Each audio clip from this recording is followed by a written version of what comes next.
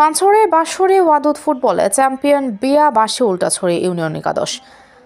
পাঁচরে football association কর্তৃক আয়োজিত বাঁশরি Wadud football টুর্নামেন্টের ফাইনাল খেলাটি ৬ জানুয়ারি সোমবার বিকেলে পাঁচরে উপজেলা পরিষদ মাঠে অনুষ্ঠিত হয়েছে। এতে মোকাবেলা করে বন্ধু কল্যাণ যুব সমবায় সমিতি বনাম বিয়াবাঁশী উল্টাছড়ি ইউনিয়ন একাদশ। এ উপলক্ষে বেলা ২টা থেকেই খেলা উপভোগে ছুটে আসে হাজার হাজার ফুটবল প্রেমী।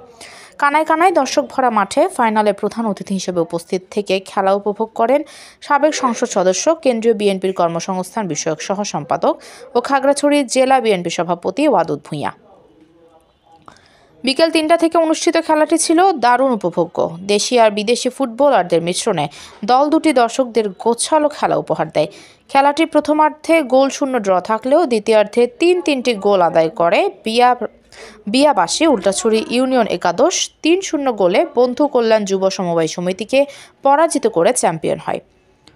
অনুষ্ঠানের প্রধান অতিথি ওয়াদুদ ভূঁইয়া চ্যাম্পিয়ন ও রানার্স আপ দলের হাতে ট্রফি, মেডেল ও প্রাইজ মানি তুলে দেন। ফাইনালে বিশেষ অতিথি হিসেবে উপস্থিত থেকে খেলা উপভোগ করেন খাগড়াছড়ি জেলা বিএনপির সাধারণ সম্পাদক MN আফসার, যুগ্ম সম্পাদক অ্যাডভোকেট আব্দুল মালিক মিন্টু, মোশাররফ হোসেন, অনিমেষ চাকমা রিঙ্কু, সাংগঠনিক সম্পাদক আব্দুর রব রাজা, পানছড়ি উপজেলা বিএনপি সভাপতি মোহাম্মদ বেলাল হোসেন, সাধারণ সম্পাদক মোহাম্মদ ইউসুফ আলী প্রমুখ। এতে সভাপতিত্ব করেন পানছড়ি ফুটবল অ্যাসোসিয়েশনের আহ্বায়ক শাহিদুল ইসলাম সুমন। সঞ্চালনায় ছিলেন সদস্য সচিব মোহাম্মদ তোফাজ্জল হোসেন। বিয়াবাঁশী একাদশের শরীফ মাহমুদ ছোটন সেরা গোলরক্ষক ও জুবাইর ইমন টুর্নামেন্টের সেরা খেলোয়াড় নির্বাচিত হয়।